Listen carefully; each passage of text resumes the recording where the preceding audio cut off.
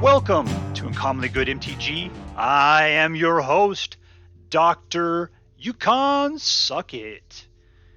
Today, I am bringing to you a deck called, well, it's Izzet Control. It doesn't really have a name, it's just what type it is. Izzet Control. Izzet meaning blue and red, and Control meaning telling other people what to do, or at least what not to do.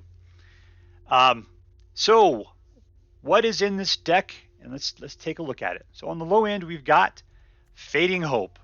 As far as blue is concerned, love it. I love bouncing. Bouncing's fine. Counter spells are for the devil, but unfortunately there are counter spells in here, and I will use them today. Fading Hope. So we are bouncing, and if you're getting a low end card, so it's a mana value of 3 or less, you get to scry 1. So that's great. Got a little look ahead action, determine if the next card is something you want to play with or not. We've got Spikefield Hazard, and Spikefield Hazard is probably going to be a land is what you're going to use it for, but in case you need to, it can deal 1 damage to any target. And if a permanent dealt damage would die this turn, then it is exiled instead. And exile is better than the other because it doesn't go to the graveyard, and you can't get it back. But yeah, this card is I find this to be almost never in use. I mean, sometimes you need that extra point of damage, and you got it. But you probably use it as a land. So that's what this is good for, is a pump to your land. Because if we take a look at the number of lands we have in here, we've got 20, which is not a whole lot, which means there's 3 right there, making it 23. And will we see more? I don't know, we'll keep our eyes open for it. We've got, there we go, Jwari Disruption, which is, there's 3 of those, and those are also lands. So that puts your land total up to 26 at this point. But it can also counter spells if you were in need for it. But you're going to use it as a land more than likely. But just in case you don't particularly need it because the regular lands, enough of them came or something like that, you can use it as a counter spell, and unless they have that extra 1 to pay for it. Negate, which says, yeah, regardless of whatever you were trying to do, we are going to counter that spell. Now, it's not a creature spell. It's going to be a non-creature spell. But that affects planeswalkers. It affects everything except for creatures. Unfortunately, there's a lot of creature-only decks out there right now. So this is really going to be effective against your other control decks, that kind of stuff. It'd be nice to take out a Blizzard Brawl or something with it. You know, that'd be a good thing to do, I suppose. Cinderclasm. So this is a board wipe at the low end, right? Because by itself for 2, you're knocking out anything that does 1 damage. So it does 1 damage to each creature. And then if you pay 1 more for 3, which ain't bad, then you're going to be doing 2 damage to each creature instead. So you can take out stuff that's either 1 or 2 points of damage or for toughness across the board. So hopefully you get this earlier on where it makes a difference. Otherwise, you're just going to do some damage. Maybe you have to use 2 of them. You know, who knows what the deal is. But, you know, it's a little extra. Between Cinderclasm and Spikefield Hazard, I feel like they're kind of on the low end side. They definitely are. But sometimes they're still useful. But, you know, they're cheap. That's what's important here. Dragonfire, which is a great card if you are playing dragons. Now, we're playing 4 dragons, and that's it. Which means that Dragonfire it's 3 damage to target creature or planeswalker. But if you reveal a dragon card or choose a dragon that you cast as you cast the spell, one that you already have in play, then it could deal damage equal to the power of that creature instead, and your dragon is going to be a 4. And I don't really see any, like, what are they called? Modifications, as in, like, getting +1/+1 counters on things. So, yeah, your dragon's going to be a 4, meaning that there's not really much you're going to do. It's not like you have, like a 6 dragon or something that'll make the Dragonfire that much better. So, pretty much you're going to get 3 out of this thing. Expressive Iteration. So, for 2 mana, you get to take a look at the top 3 cards of your library. You put 1 into your hand. You put 1 into your library, and you put 1 into exile that you can play this turn. And as far as I can tell, usually what you want to do is not play any lands, and then play this card, and then hopefully the one that you can put into exile is going to be a land, so you could just play it. And that tends to work out best. Otherwise, you need to make sure you have plenty of mana open, so that whatever you put into exile you can play. Otherwise, it's just a waste. And because that second thing put into your library, yeah, you've never seen that thing again. I mean, if they got to shuffle it, it's going to come up someplace, but who knows where. So, I don't know. I mean, just the big thing is that you get 3 choices of what goes into your hand, and then potentially you can play something of those 3 if you're primed for it right. And I just had a hard time. Like I played this late in my turn. I'd have no mana available. I'd already played a land for my hand or something. I ended up throwing away that third card. So you got to plan for it. This is a blue thing. All right, saw it coming. It's 3 mana for a counter target spell, which is fine. 2 mana is even better. So if you got the ability to foretell it, foretell it. And then it's only 1 blue and whatever. So that is the cheapest counter spell you're going to get, and it's going to counter anything. This, oh man, these are the things that I hate. There's only 2 of them in here though. Okay, Crush the Weak. Deals 2 damage to each creature. So there's a lot like Cinderclasm, right?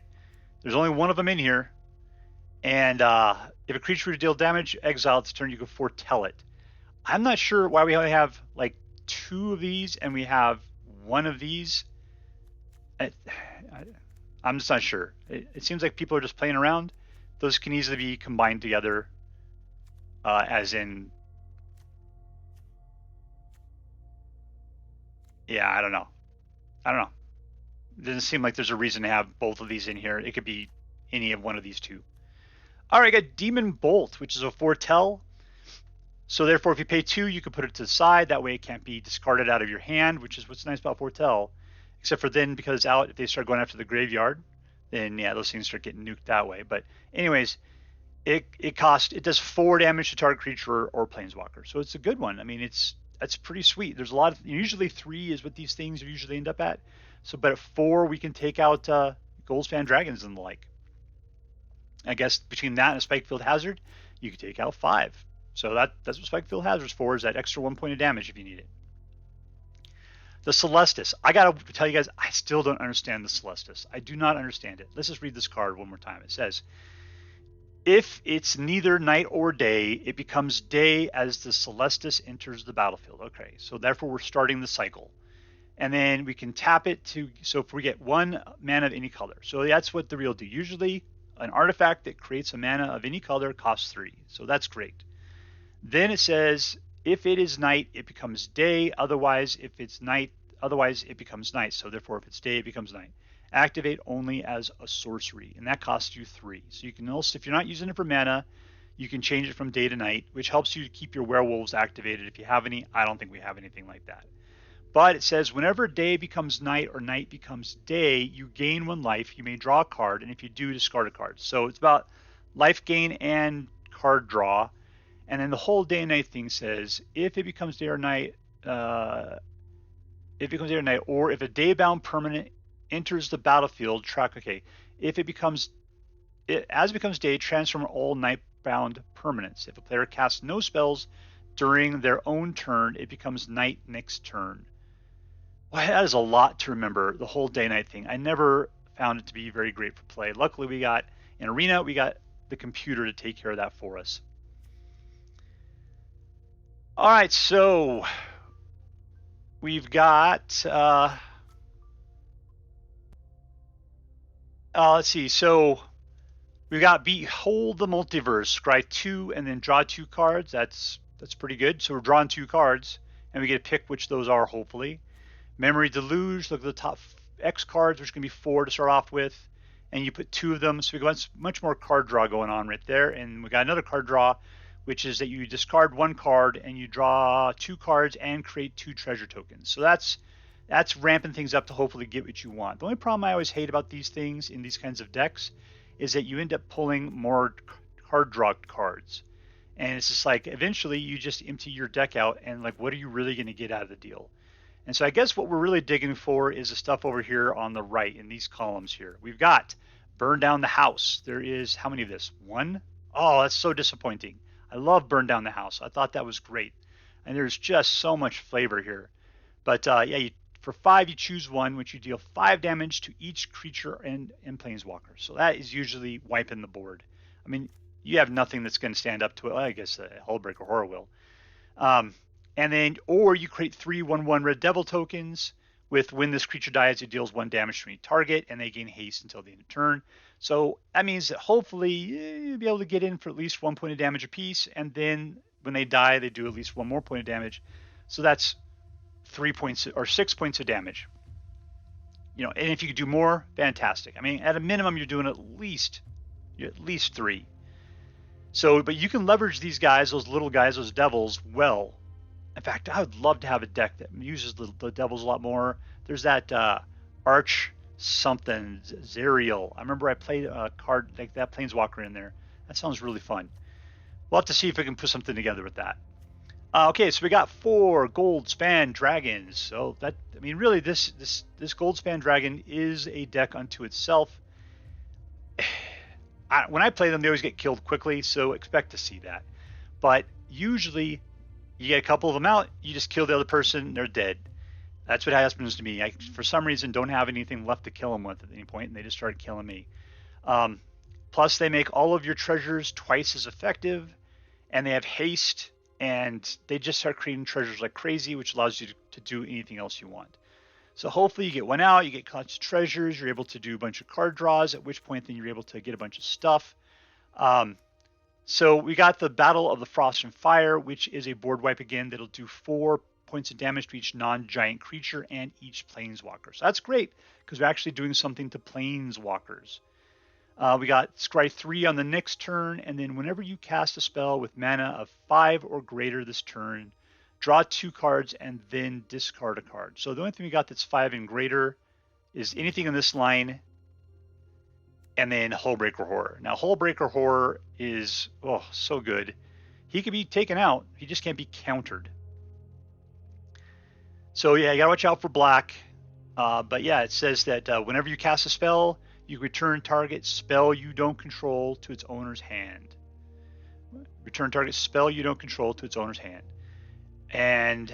Or you can return target non-land permanent to its owner's hand. So return target spell you don't control to its owner's hand. I get the impression, I've never actually seen that. I think it means that you're kind of countering a spell as it's being cast, but then instead of going to the graveyard, it goes back to their hands so they can cast it again if they wanted to. So it's just really delaying it.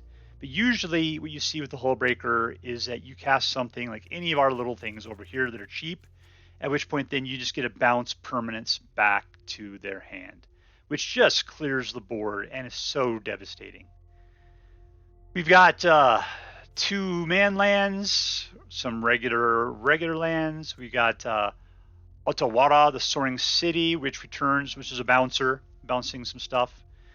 And then we've got some dual lands there. So that is the deck. This is Izzet Control. And the answer is to that question of is it control? The answer is yes, it is. What is the control part about it? Control is usually associated with bouncing, counterspell, and creature kill. So our board wipes and the counterspells and the bouncing, that is the control part of it. Yeah, and the is it part is the blue and the red. Let's see how well this thing does.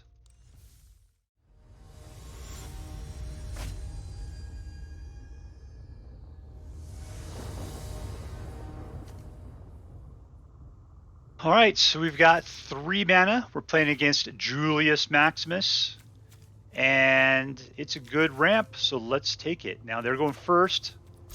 Hopefully we'll be able to use our Dragonfire and the Demon Bolt. Yes, we're gonna have to take those guys out early though.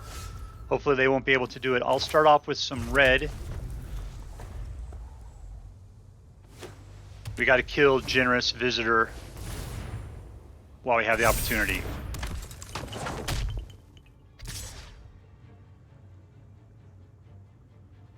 A Demon Bolt will be able to take out anything up to a 4. I need the double red, it looks like, for my cards. Alright, I'll play this one, that's fine. We'll Dragonfire this guy, decline, take him out.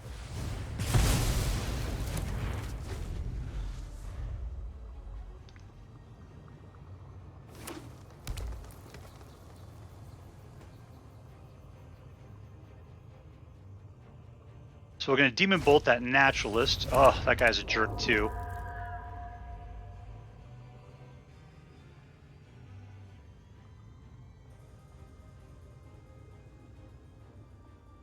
Thing is, do I really want them to have life gain? Oh, man, this is okay. So they're playing everything they got now.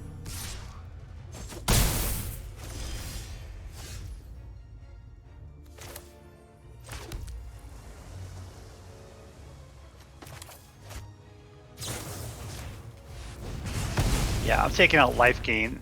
That'll bottle them up for a little bit. I still got 2 turns until I can play a Goldspan Dragon.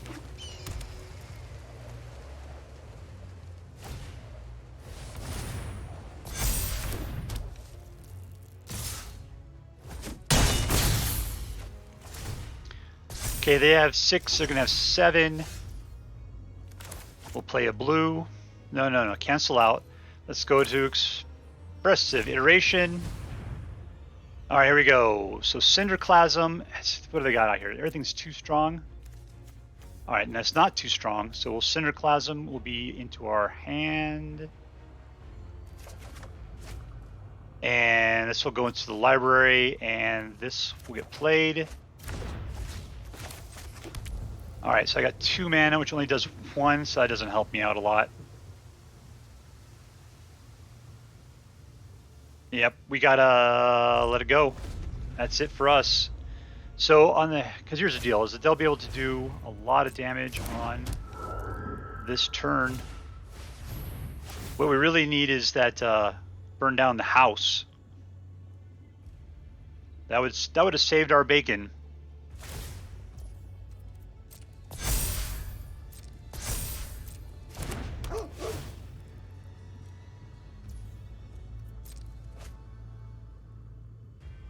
See, now, at this point, the Weaver of Harmony is beyond Cinderclasm's ability to kill. That's 8 of our 9 right there. All they have to do is squeak 1 guy past me, and they got 4 guys against 1 I'd be able to put out. So unless I get a burn down the house, we're out of this game at this point.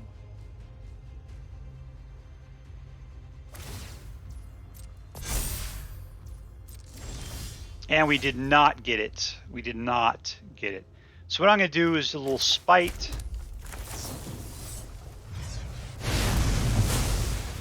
And the game's over. Throw a little cry face. We will good game it. And let it take out. Alright. That game's over.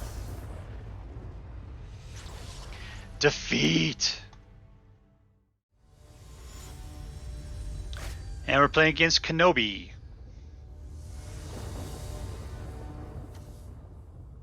We've got technically 4 mana, Unexpected Windfall, and Goldspan Dragons. We got a whole lot we're not doing up until the point that we get to do something. These are slow, I believe. Tapped, and well, let's see it coming. So we only got 3 mana. Ugh. Opponent goes first. I'm going to keep it.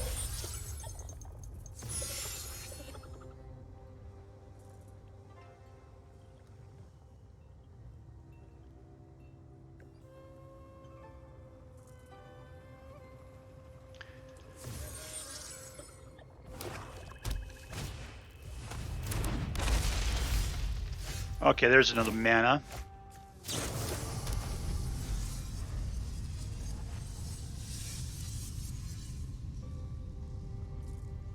So he's going to blow this, at which point then he gets to choose any particular non-land card out of my hand. If it was me, I'd probably go after one of the Goldspan Dragons. It's one thing to fight against one of them, it's another thing to fight against 2 of them. Like, can I actually ramp up into 5 mana quick enough? Eh.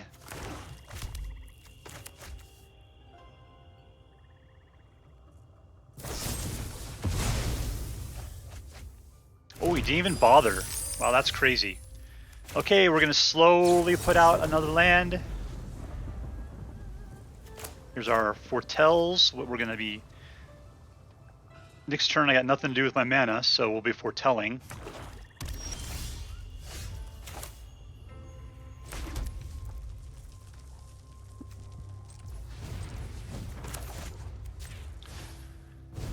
Alright, so now we can Fading Hope on the next turn if we need to.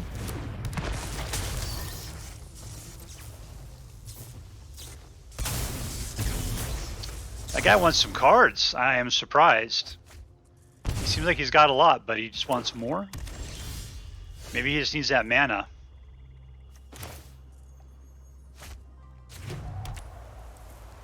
Let's see, what do I want to do? Same thing, probably.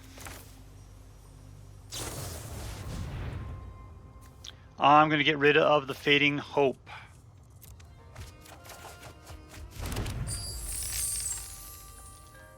And I'm not going to waste my mana on foretelling a Behold the Multiverse.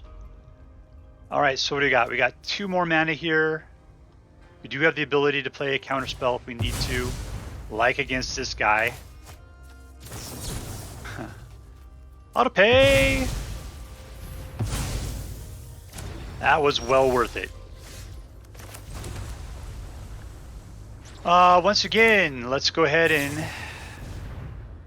let's get rid of that.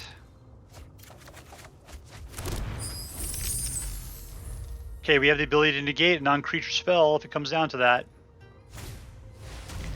Like that one.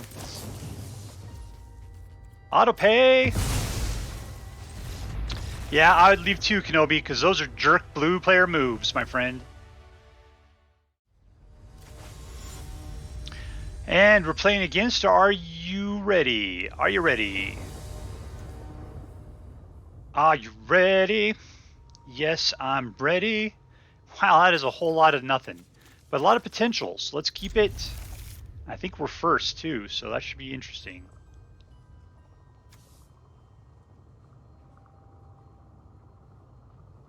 Trying to ramp up to 5 in this deck is the hardest thing we should do. I think this thing might need some better, like, treasure creators. Because it is just so hard to get up to 5 for your dragons. All those other things have to come out once per turn.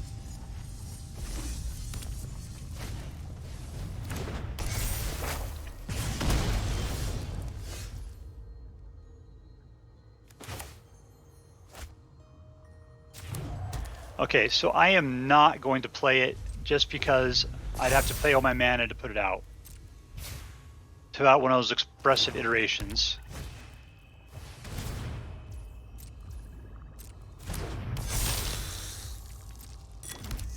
Yeah, okay. I can only do 2 points. I can kill him with the Dragonfire, though.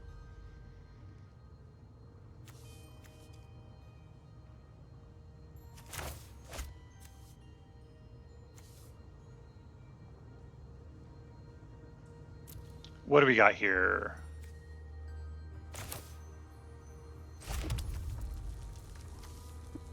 We're done. Okay, so I'm going to see what they're going to do. If they're going to try to attack me, then we use the Dragonfire on the Harvester. The Pingable goes on with the Jwari Disruption. If they decide to put out something I want to counter even more, I could care less about that guy. Alright. Like, I can use Cinderclasm on my next turn. Which means that Dragonfire to this guy is the best move.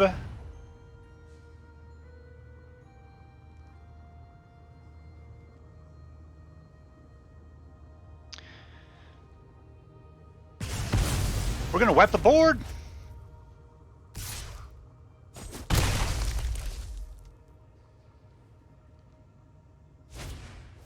I'm gonna wipe the board again! Okay, so if I put out the slow land, I'd be able to have you up to 5 mana by the next turn, in case I get something good.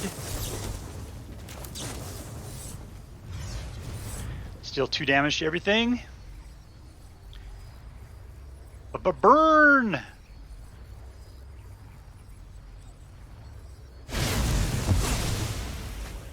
Alright, that's control.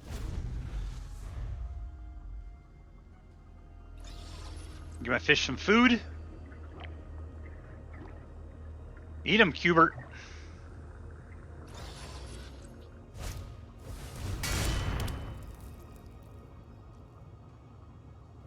Alright, so Expressive Iteration is my only move at this point. Okay, I got potentially 3 mana. What do I got? Fading Hope. It only goes against creatures. I'll take that in my hand. That can go back to library, and we'll have that. Let's foretell it. Oh, I can't foretell from there? That's ridiculous. Yeah, see, I just got stroked on that one. All right, we're done.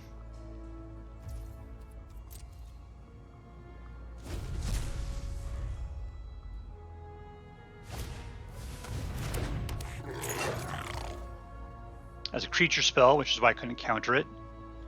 What is it saying? At the beginning of your combat, you may sacrifice an artifact. Let's just push this off.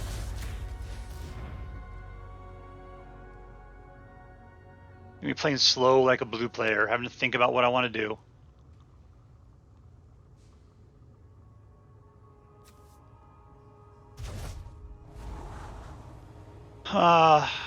Sure. See, I'm just looking for cards, but all I get are more cards letting me look for cards.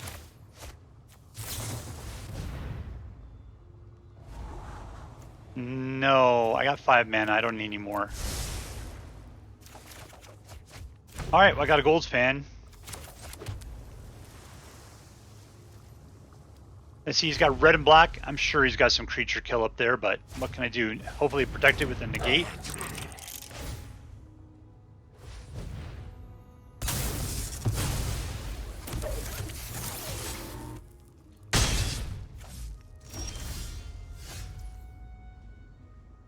All right, let's put out the dragon. So that's going to give us a treasure, so negate's going to help us there. I'll attack.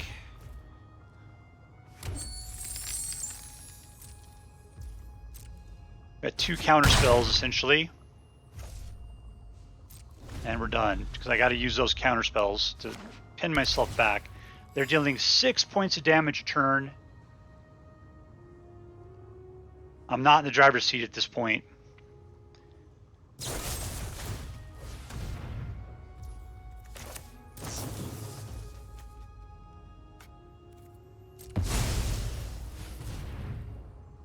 There's that creature kill I was all worried about. And I think we have the ability to play Saw Coming.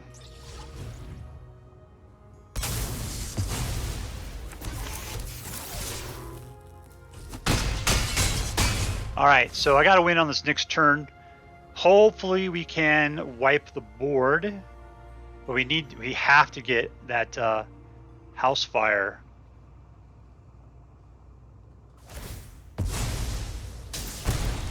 And then we did not get it.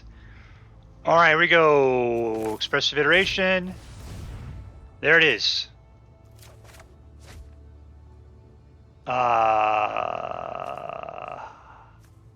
Library, hand, put this aside. Can I put it out? And can we, let's attack. Burn down the house.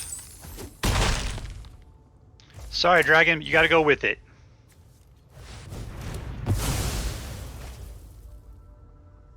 Got plenty of mana. I'll auto-pay. Except for I can't do anything with the Saw Coming on this next turn.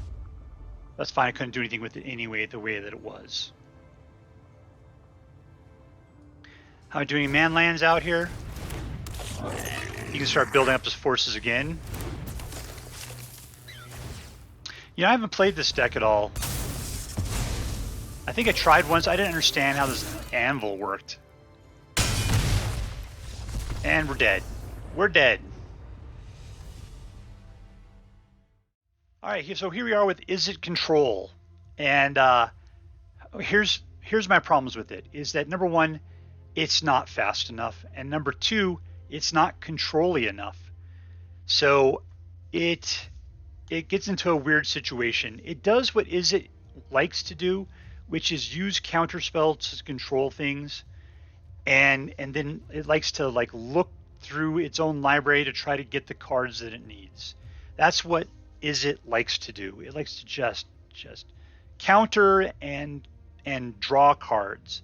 And supposedly at the end you get to do something cool with it, which in this case would be Hullbreaker Horror, Goldspan Dragon, or Burn Down the House. I mean, I guess Battle of Frost and Fire is pretty cool, but still. And yet we never got the vast majority of that stuff. I'm not even sure. Did I even see a Hullbreaker in 3 games? I don't think so at all. There's plenty of Goldspan Dragons, but then again, look, there's 4 of them. Burn down the house. We needed it desperately so many times, and we only lucked out in it in the last game. And even then, they were able to rebuild their forces so quickly that they're able to still kill us. So, yeah, so this deck is, to me, is going to be in the, I don't know, B- area. It's a good deck. It shows people what is it supposed to do, but everything is just so much better than it right now that this deck is, I just cannot see it being all that competitive. I just don't think it's that great. It's funny is we keep playing Izzet decks because Izzet decks used to be so good. They were so good. And yet now they just can't seem to hold up. I mean, if anything is suffering in the new meta, it's Izzet. And I don't know what the deal is because as far as I can tell, this is the tightest Izzet deck out there. And yet it is nowhere close to being able to stand toe to toe with most of the other things that are out there. And I've thought of this in the past, and I've had my butt beaten by it. But it's got to be luck. This deck is not that great. So I don't know. Maybe you love this deck, and maybe it works great for you. It just doesn't really work for me. The only reason why we won that second one is because that black player was just tired of getting his stuff countered. And I've been there a lot. I hate playing against counter spells. And you think that someone just has a handful of counter spells and all they're doing is waiting around to counter every spell you're playing? That's just really, really discouraging. So, if is that how you really want to win a game, is just by making the other person hate playing so much that they just give up? I hate to be so negative, but that's what I hate about blue. So there you go. That is all for now. If you enjoyed this video, please make sure to like and subscribe. From all of us here in the secret underground headquarters of Uncommonly Good MTG, have a great day. In the words of my people, be excellent to each other. And party on, dudes.